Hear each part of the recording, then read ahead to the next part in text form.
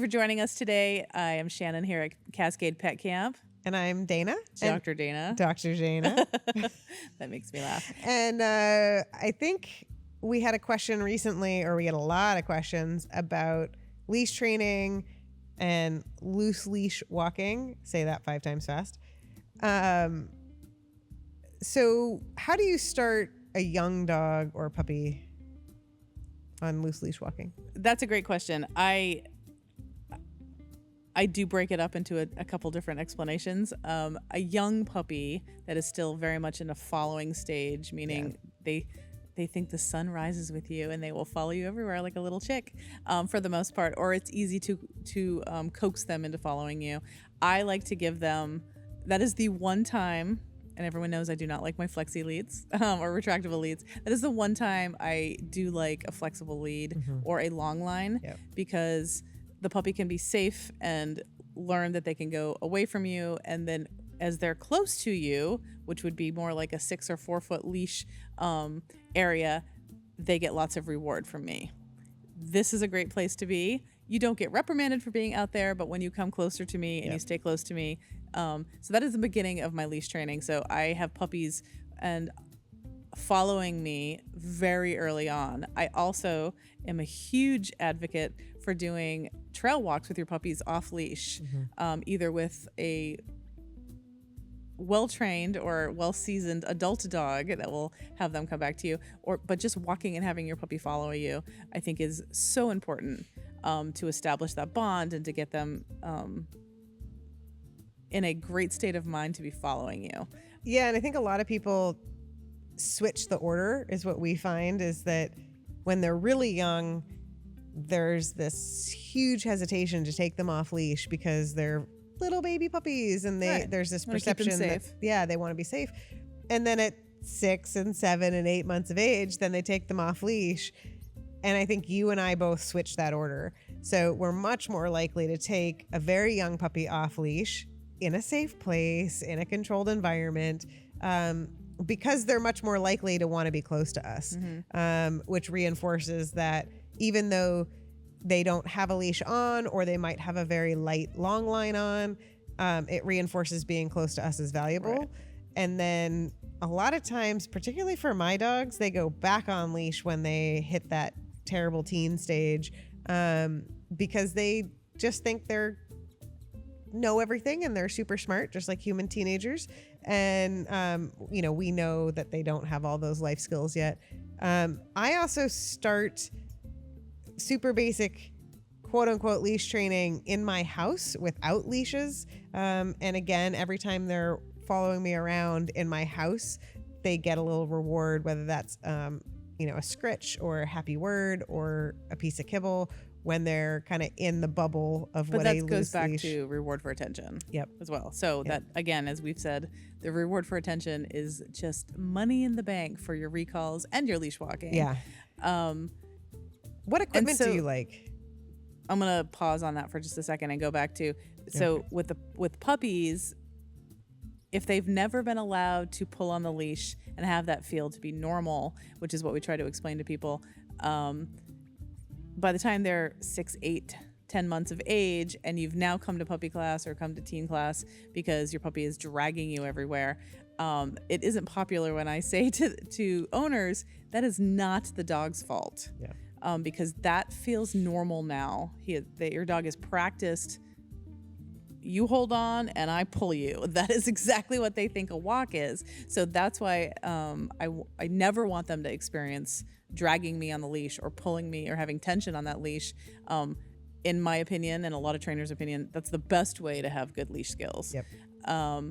Once you have come to that and you're already getting pulled everywhere, that's when I recommend equipment change. So it feels different to your dog, whether that's you've gone from a harness to a collar. I rarely go from a collar to a harness, but we can talk about that later.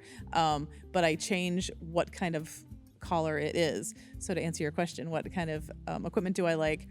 Generally a long line or a longer leash for most dogs' ages when I'm working on leash skills, just so they can, again, choose to be away from me and then come back to me and set them up for success to be rewarded close to me. That doesn't mean we're walking. That's just giving them the boundaries if I'm teaching leash skills. And as far as collars go, again, I think we've had this conversation a lot. Any piece of equipment, the rules are the same. Yep. Any piece of equipment, any kind of collar you want to talk about, any kind of harness you want to talk about, it's not allowing them to feel that pulling you on a leash, because that's the skill you want to teach, to be valuable, to be with you. Well, and I think people think that the long line just means that they'll be out at the end of the line, or the flexi lead, the retractable leashes, they'll be out at the end of that reel. And I think one of the key things that I think we should say out loud is that it also buys the human time to redirect them before they get to the end of the leash. So again, they never feel that sensation of pulling. So for most of us, if we've got a 4 to 6 foot leash, the dog may only have a few strides before they're at the end of that leash. Correct. And we're not fast enough to kind of redirect them back to us so that they don't get that pull sensation. But if you've got a 12-foot long line, or you've got a retractable leash, now you've bought the human, us slow humans, time to kind of help them realize that they need to stay within a boundary. And that's really, I think, essential as we increase the age of the dog we're talking about, is that it's not waiting until they're pulling on the leash and then trying to redirect them.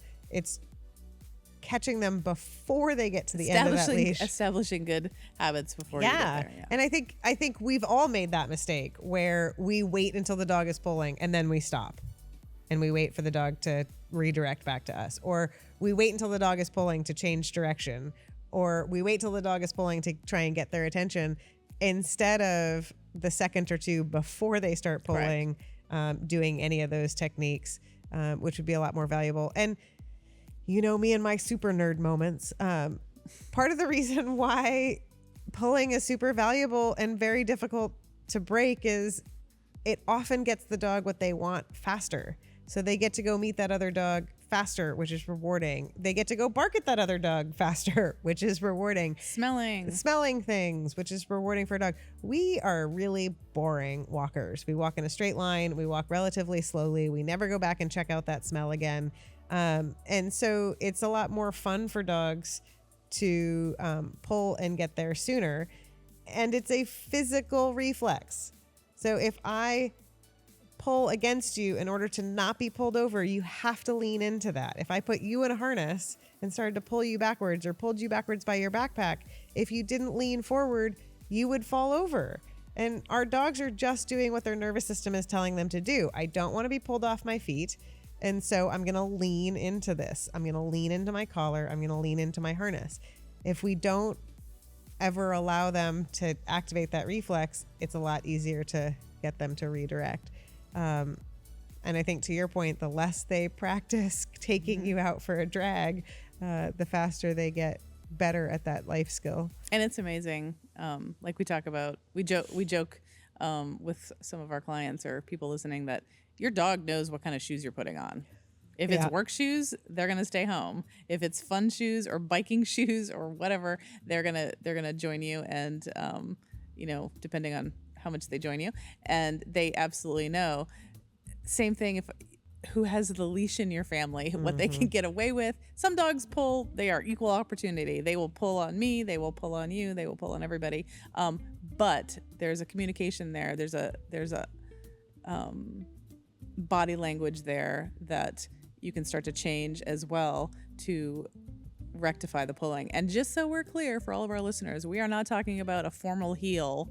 We are talking about just a loose leash that your dog, you can walk with a normal gait and not have your arm pulled out of the socket, and your dog is not dragging you around on a walk. And it also doesn't mean that your dog is by your side, but your bicep on that side is huge, and you're just holding them back. They do, even if they're at your side, they need to feel what it's like to not have pressure on whatever equipment you're using. And one little note about equipment, because I think we should make sure that we address it. Shannon and I primarily use what are called limited slip collars, We use them because they're safe. They cannot slip back over our dog's heads if the dog is pulling a direction we don't want them to pull, but it does not continue to tighten down.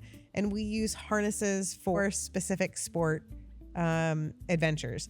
So it gives the dog a clothing change that indicates what we might be doing.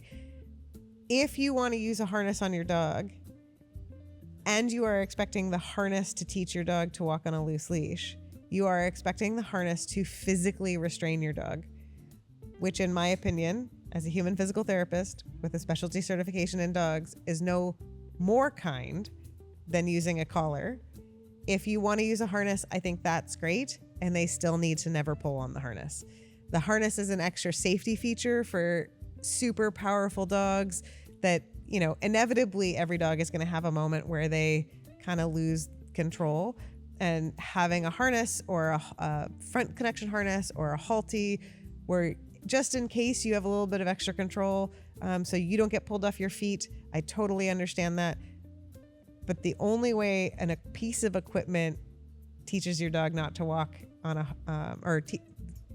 not to pull. The only way a piece of equipment teaches your dog not to pull is by physically altering the way that they're walking, which I think you and I would argue, regardless of the equipment, is not the most ideal way to teach it. The question that was just posed was, how do you have a dog respect everybody in the family that takes the leash? And the quick answer is, everybody in the family needs to be consistent and have the same communication with the dog. And the same criteria of what you guys have to negotiate, what your criteria is for, in this case, loose leash walking. So I may say loose leash walking to me is, I don't care if you're 6 feet out in front of me, as long as my arms can swing naturally as I'm walking. And there's no tension on the collar. And there's no tension on the collar.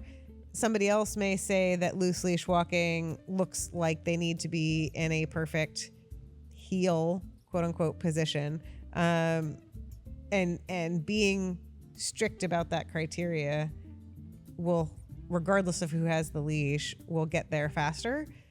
And then you often tell people about the use of long lines and then taking sniff breaks.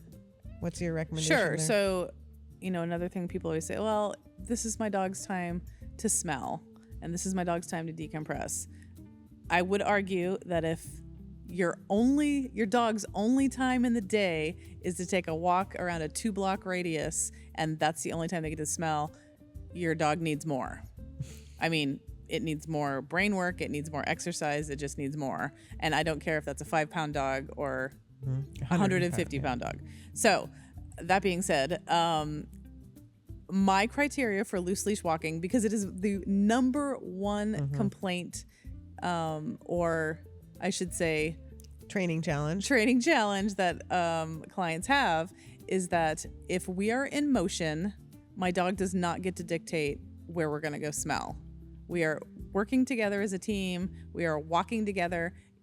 You're keeping up with me. You're not surging way ahead or way behind, and we're moving. Now, to be fair, I will stop my feet and, what I say, post up, plant my feet on the sidewalk or wherever I'm walking, and I say, okay, free, or whatever command you want to give your dog, and then they can go within the confines of their leash or their long line. They can smell, they can pee, they can check out stuff, and then when we start to walk again, the leash is loose. That's my parameters for my dog, and that's what I suggest for a lot of dogs that are really struggling with having a loose leash, is that make it really clear. You have to communicate clearly to the dog to be fair and understand what you want. And the young dogs, going for a loose leash walk for a young dog is not relaxing or exercise for the human. Nope. And working on loose leash walking in highly distracted environments is not relaxing or exercise for the human. So if your dog has problem with livestock or deer or the neighborhood cats or whatever it is, you need to be on point and ready to redirect them more often, with better rewards available to them, so that they're not like, cat versus kibble, cat wins. But if I can pull out, I don't know, a chicken nugget, they might decide that the chicken nugget's better than the cat. So I think for us, it's that consistency and then teaching them, like you said, we're walking and now you get a chance to smell, and then you're walking and you get a chance to smell. If you're going out for a sniffer walk, that also means that you're going to be a lot more aimless as the human. You're going to go forward, you're going to go backwards, you're going to go quickly, you're going to go slowly, and your dog is dictating that. But I think you and I would put our dogs on a different piece of equipment for that type of walk than I'm going out for a loose leash walk. Or the sniffer part is not part of the walk. Yeah. We're going to use, and we can talk about that later, but Yeah. Doing their brain work in other capacities so Yeah. the walk is enjoyable for everybody. And that's, yes, please, please, please understand what we are saying is if your dog is enriched in other ways and gets the outlet for the need to sniff in other ways, then we don't have a problem preventing them from doing that behavior on a loose leash walk. They definitely need if- decompression sniffs, Yeah. and they definitely need to explore their world with their nose. Trust me, we are zealots about that. However, when we are talking about leash training, Yep. and So please, if you have concerns about whether your dog is not walking well on a leash, or how to help with that, or how to help with enriching their daily life. please reach out to us at cascadepetcamp.com or look us up on social media, or ask us a question. We can answer it here. We could talk about nose stuff all day.